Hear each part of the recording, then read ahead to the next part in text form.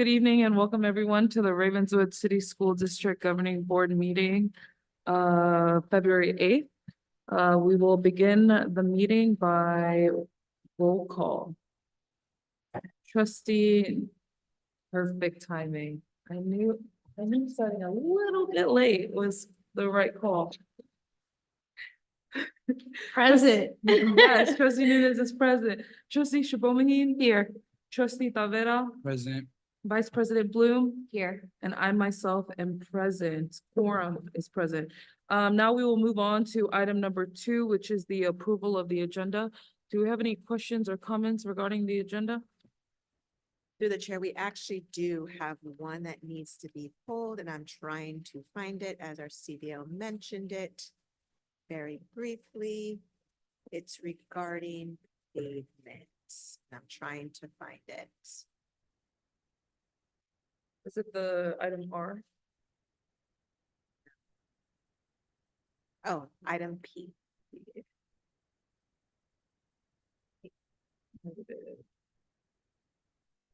Any other questions and comments regarding the agenda? As I see none, I will entertain a motion for item number 2, which is the approval of the agenda with the exclusion of item T. I'll make a motion to approve the agenda, excluding item B. Thank you. Do I have a second? I'll second. All in favor say aye. Aye. All opposed say nay. Motion carries 5-0. Next up, we will go to item number 3, which is closed session. Before we go into closed session, I will open the floor for any individuals who wish to address the board on any matters that will be discussed in closed session. As I see none, we will go into closed session at 6:34 p.m. Thank you.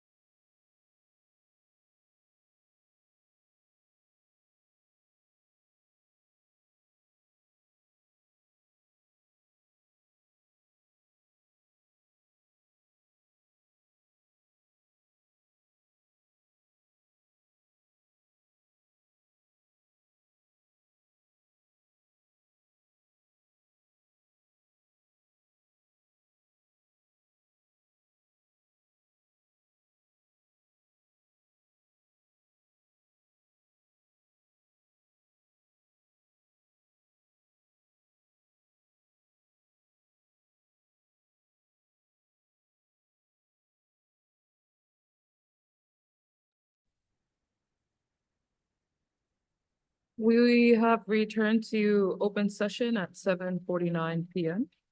I will report on actions that were taken during closed session. For item 3A, there was discussion and direction was given. For item 3B, there was discussion and direction was given. For item 3C1, there was discussion and direction was given. Now we will move on to item number 6, which is from the floor. So if there's any members of the public that wishes to address the board on any matters that are not agendized, this is your time. The chair, I do not have anything. Noted. Also, if you wish to comment on any matters that are agendized, we have speaker slips right here, and then you can submit it to trustee Tavera. Now we'll move on to item number 7, which is the consent agenda. Do we have any questions or comments regarding the consent agenda? As I see none, I will entertain a motion to approve item number 7 with the while taking out item P.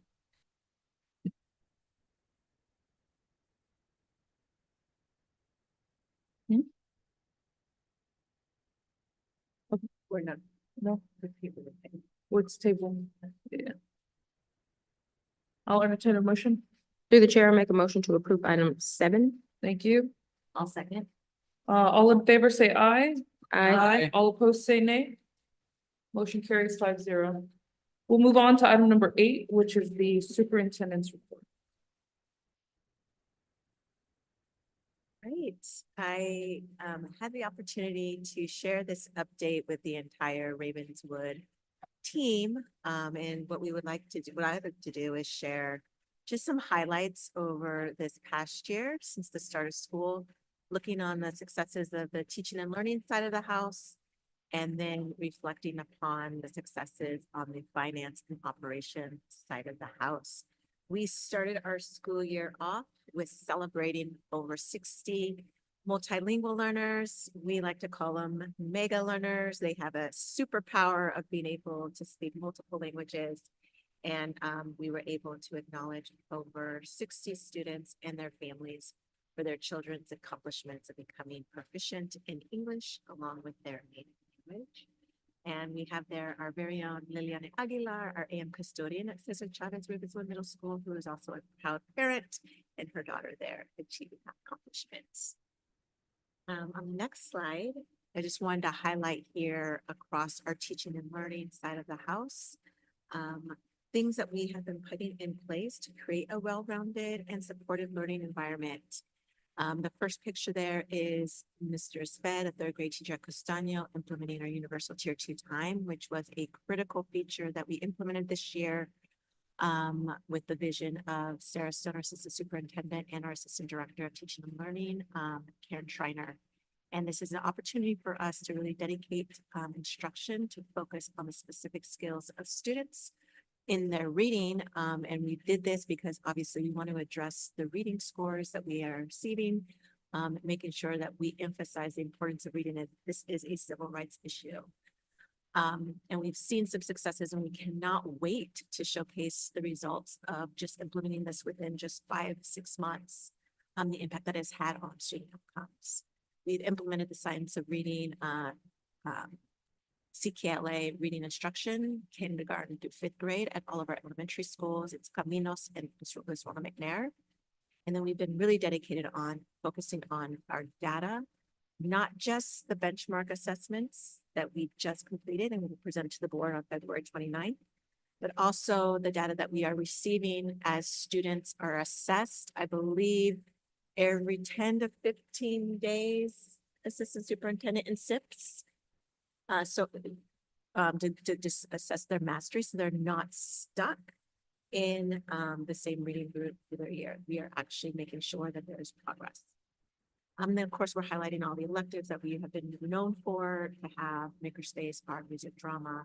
And we are really proud of the partnerships with the Boys and Girls Club in terms of the extended school day after school, but also our partnership with City Year in the beginning of school at Costaño. We're going to extend that into our other elementary or middle school, depending on the best fit as we're looking at construction at Bellhaven and Los Robles from McNair.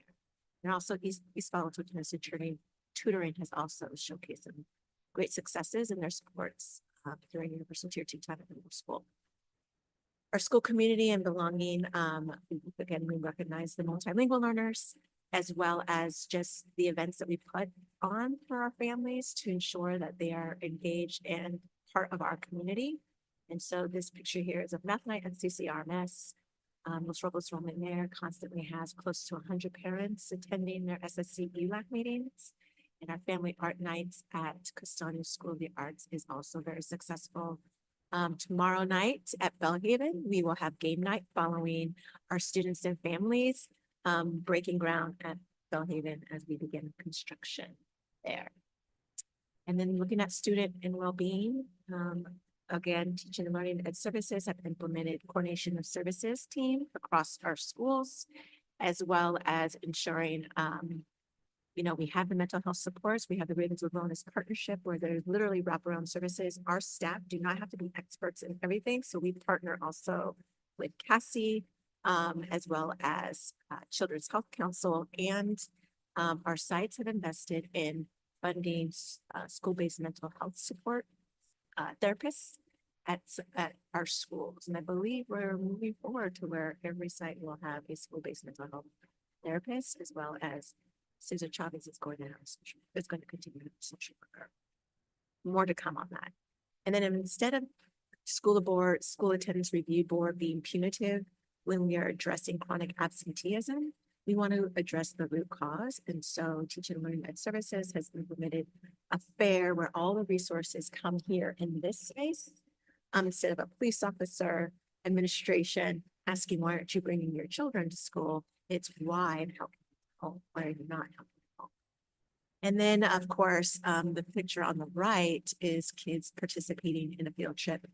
Fifth grade students go to Vida Verde. They spend the night there, as well as all the other excursions that we're exposing our children to, the sports clubs and athletic programs that our middle school students are able to participate in, competing with other children outside of our school district that eventually they will probably be on the same team as they enter and enroll in MA.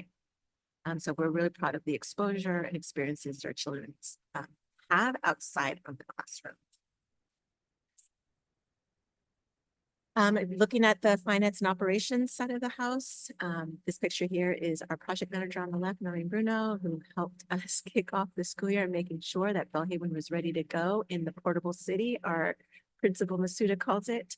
Yes, Raha Hamia took a picture there. I had a before and after. This is the after of being able to launch school right before that's the first day of school. They literally set up everything right before. And now they're breaking ground. We already have really demolished some classrooms where the future multi-purpose room will be built, and there's no turning back. Going to the next slide. So thinking about our finance and operations side, I think here is where we get a lot of instant gratification of progress because you see it, it's very tangible. I credit the work by our Chief Business Officer, William Dr. Eager, and our Finance Director, Reese Matsumoto, our Compliance Coordinator, as well, Allison Officer, who's really done an exceptional job ensuring that our books are transparent and bills are paid and our money is, you can track it. And in addition to, the funds being used as they're. And I also believe we're actually going through our budget cycle right now. And all of our principals sat with the executive team, facilitated by Will Eager and Reese Matsumoto. And there's clear indication of purpose. And I truly believe as we present our budget to the board in March, that it will reflect the core values that we have to ensure success for our students moving forward. The benefits that we see here is that we were able to increase and continue to have competitive salaries for our team members, in addition to health benefits for two-party and family, so that money is going back into the pockets of our team members. And little benefits in terms of partnering and being thoughtful in terms of our partnership to benefit our employees, like the MOU we have with all five, where there is a discounted amount for employees who enroll their children at all five, which is behind Bellhaven Elementary School. You've witnessed the success of the reopening of CCRMS when we came back from winter break last week. It is complete. Phase 1, all of the buildings have been modernized, and now it's phase 2, where we're working on the backside of Cesar Chavez Ravenswood Middle School. Bellhaven construction is starting. Outdoor science learning lab and Los Robles McNair are also starting in regards preparing for the move, where Los Robles will be moving to CDC as a temporary home, because we are going to be under construction at both of those schools next year. And then, of course, off of Bay Road on Cesar Chavez campus, we are going to be able to start this summer the construction of our $30 million community hub.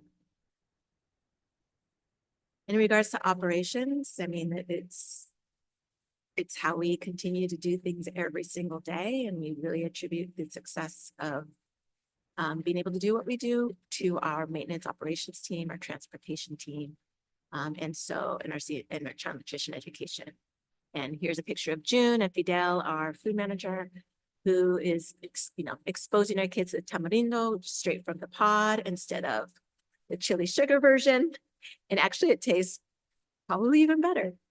And so constantly exposing our kids to new things and really trying to do cooking from scratch even. And then our drivers being relentless in regards to ensuring our kids get to and from, but more importantly, you know how their hours are. They're early in the morning and also late in the day. And a lot of them still participate in making sure our kids get to our athletic sports programs, coming back 7:30, 8 o'clock at night with the athletic director and coaches. So we really appreciate their endeavors and support. And then the financial achievements, Ravenswood has been doing the community schools for some time, and we were able to be awarded the grant for implementation of the community school grant, was just millions of dollars. And so, for example, the wraparound services that we have in partnership with the Ravenswood Wellness Partnership, our extended learning programs, and using all the resources that we are not the end all be all. Our educators can't hold it all. And so utilizing the resources within our community to bring supports to our families and students. And we're able to get the funding for that. One more thing, I cannot not say that we have A+ rating in our in the bond rating, which making sure that our funding is well tracked in regards to how we're spending the funding that our citizens voted on. And so we're proud to be able to also be on target, be under budget with Cesar Chavez Ravenswood Middle School. Just under budget, and being mindful of how we want to make sure we maximize the resources and build the trust in our community that we are doing what we say we're doing with the bond money. And then obviously the foundation has continually showed relentless support in Ravenswood and has helped us stay in good standing too, even though our academic results are not where they are right it should be. We still have wonderful school environment and experiences that were afforded to us because of the funding to support art, music, makerspace. However, when we present on the 29th, it's finally manifesting the hard work and investment that we've made to grow student outcomes, to improve student outcomes. And so that leads us to the next piece, where we are constantly building upon our foundation to do better and to create a promise for our students and our families that our students will be ready for college, career, and beyond. And so earlier this summer, we launched our vision team, who met over those 4 dates. And we have created together a draft of the learner profile along with feedback from the student vision team and multiple feedback from our parent leadership academy. On the next slide. There's been several topics that we've covered. And so in October through November, we conducted empathy interviews, done a lot of research. In December, we prioritized our focus areas. We were able to do our Lindsay visit with about 20 of our 40+ vision team members. And in January, we were able to refine a bit more using the information that we got from our community surveys and focus groups. And now we have our learner profile where we want to refine that as well. But this is where the real work begins, where we want to use the learner profile as the North Star to plan our Ravenswood promise. What does that look like? And that, in the sense, is our strategic plan. So all of us have participated and attended the promotion ceremonies at each of our elementary schools. What are we celebrating?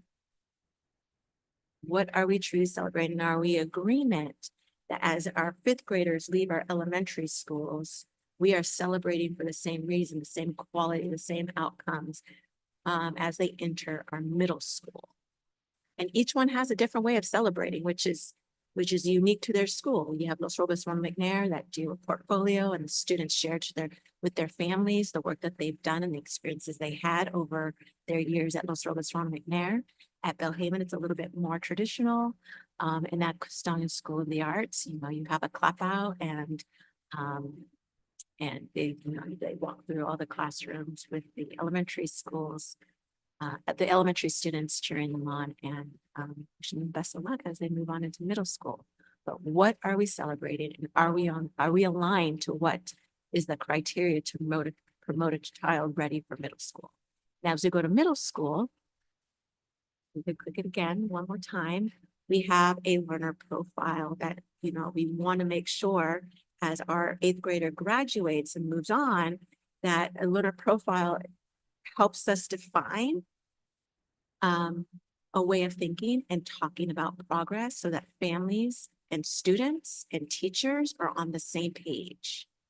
And then, it helps us also focus on what and how we want to fund professional development and the resources we need. It is very similar to what we're doing right now in the budget, is what are our goals and how is our funding going to support us to achieve those goals? And then obviously, we want new hires to be aligned with the learner profile and the vision that we have in regards to our Ravenswood promise. And on the next slide, the last slide, as the learner profile shows, is kind of our North Star. We have a draft that we've been sharing with not only our leadership teams, our school sites, our families. Also, I shared with the trustees. We are going to continue to do focus groups. We're going to continue to canvass campuses with support from our outreach coordinators, Innovate, our leadership academy. We're rolling up our sleeves, making sure that what we have here as a learner profile is something the community can stand behind, and it lives beyond myself, the board of trustees. It's rooted in what our community wants for our children here in Ravenswood City School District. Thank you. Thank you for that presentation. Do we have any questions and comments from any of the board members? As I see none, we'll move on to item number 9, which are board reports and communications. Through the chair. I just wanted to give a shout out to REF. It was mentioned in the superintendent report, the support that they give us and our teachers. And I wanted to say that I actually ran into a teacher or 2 teachers at a math PD because math is so important. And so they were able to go because of the support that REF provides them to attend PD that is necessary to keep expanding and learning about what they need to do for our students. And then my other report was, I just wanted to give a shout out to Los Robles. And I felt very special because we were the only parents at that time to show up for the TK. So we got a personalized tour by Principal Alex. And so it was really nice being able to go onto the site. I hadn't really been on Los Robles since I graduated back in a long time ago. And so it's really nice to see how different the site is and get an idea of what my daughter will potentially be learning and the environment that she'll be learning in the coming year.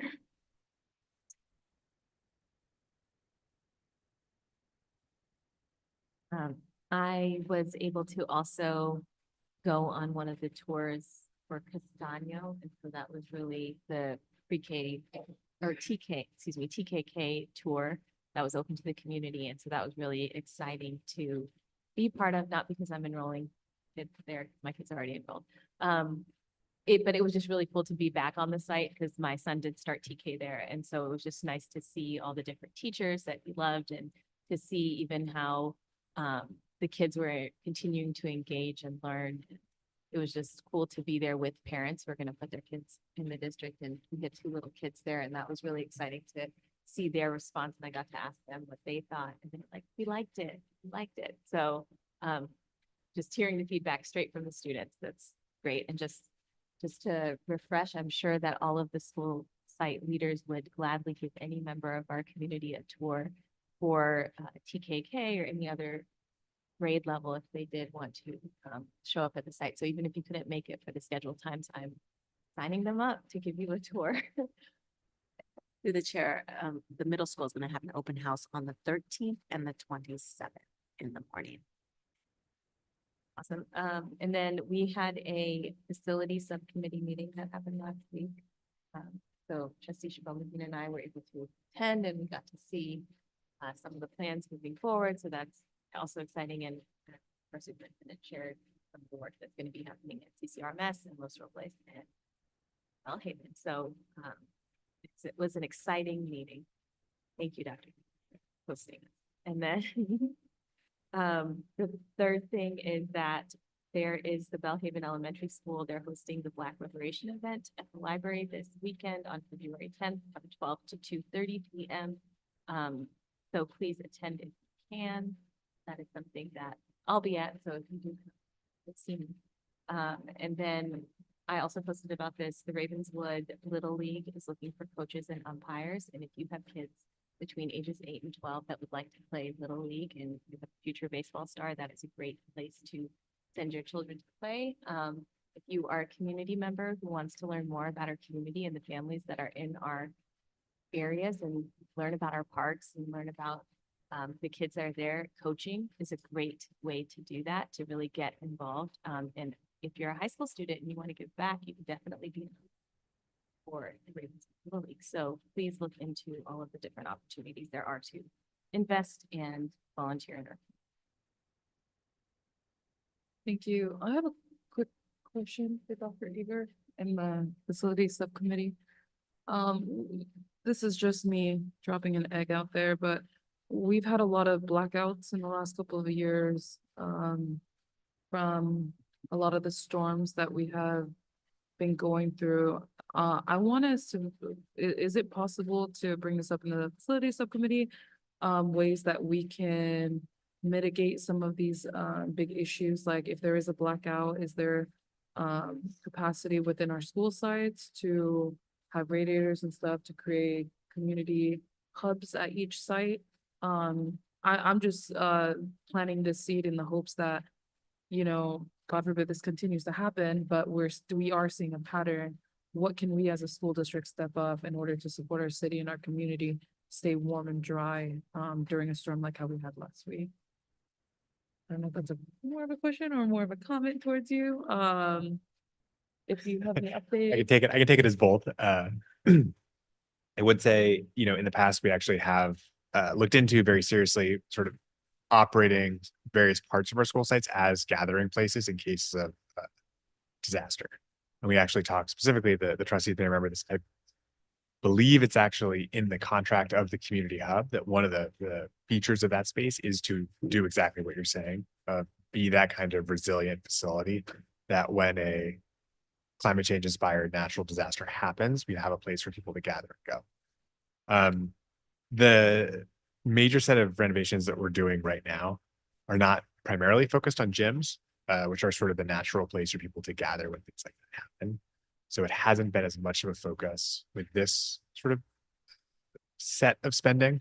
but it could be, I think, in the future. And it's something that we're thinking about a lot, which is why we're putting in solar panels, becoming resilient, through things like the underground storage tank at the middle school to address some of the stormwater runoff there. I would also say that just shout out to our connections at PG&E. I believe 2 storms ago or 2 years ago, we did not have a very good working relationship, and we're not very clearly in the loop. This board, the city council of East Palo Alto, did a lot of advocacy work to strengthen that relationship. And I would say we were in instant communication with the right folks at PG&E. We knew exactly the status of each of our sites without any issue, and that they very much did prioritize having schools go back online as soon as possible. So none of our schools actually lost power in the storm. KIP at Willow, which is one of our sites, did lose power briefly, maybe for about 36 hours or so, and they were able to restore it without any loss of instruction. So I think there's a broader comment, which I'm going to take back and continue to reflect on. I did want to highlight just some of the steps that this board's taken really over the last few years to address both the underlying issues you're raising around climate change and our resiliency. In addition, I believe it's Commander Santos, as well as Councilmember Ruben Abrica, have been facilitating a consortium of school entities and other community partners. And at the last, not this one this week, but before the one in January, we were talking exactly about this around response to emergency and locations, right? And typically a school is not an ideal one because they're looking at more, if it's a more long-term situation, they're looking at restrooms and facilities to be able to really support showering and all bio issues that need to be addressed. But for short term, that's something we would be interested in looking. We could definitely look into that. So schools, they're looking at schools being more temporary situation and other facilities being long-term because of the need for showering and accommodating restrooms. Yeah, I thought because we had a joint meeting with the city council the other year, and one of the requests that we had made where the city council was to present an adequate safety plan. And so I look forward to hearing an update about that in any upcoming board meetings. But going back to, thank you. And I wrote in the newsletter, and I thought I would just briefly say it here again. Thank you to our staff, to our district staff, our superintendent, and our staff across all school sites. It's been a rough couple of weeks with the weather, but you have continued to ensure that our school sites are up and running, warm and dry for our young people. So I want to commend everyone. Also, I want to commend our school sites that are opening up for construction. I'm not there every single day, but I can understand that there is a lot of hardships that come with some of these renovations. But I just want to let our staff know that we are thinking fondly of you and looking at creative ways that we can show it in the future. If there is is there any other comments before I move on? As I see none, item number 10 is just the first reading for board policies and regulations. I will move on to item number 12, which is the next board meeting will be held on February 29th, 2024 at 6:30 p.m. Open session will be at roughly 7:15 p.m. I will adjourn the Ravenswood City Schools District Governing Board meeting February 8th at 8:18 p.m. Thank you.